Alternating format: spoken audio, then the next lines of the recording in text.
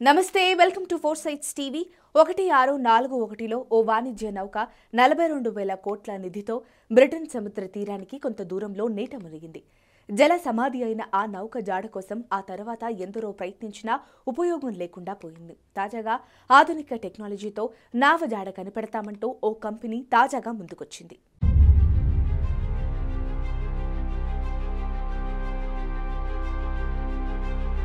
అపార నిధి నిక్షేపాలున్న ఈ నౌకను అప్పట్లో సముద్రపు ఎల్ డొరాడో అని పిలిచేవారు.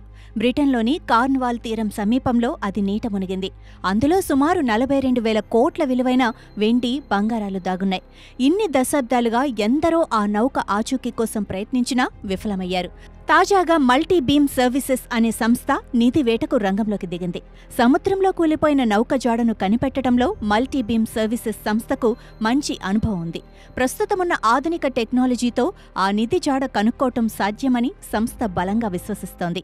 సముద్రం అడుగున 200 చదరపు మైళ్ల పరిధిలో గాలింపు చర్యలు చేపట్టనుంది.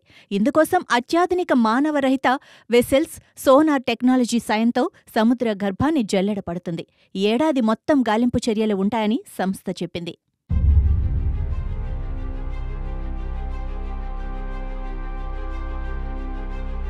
ఇది నిధుల వేట కాదని మల్టీబీమ్ సర్వీసెస్కు నేతృత్వం వహిస్తున్న నైజెల్ హడ్జ్ చెప్పారు.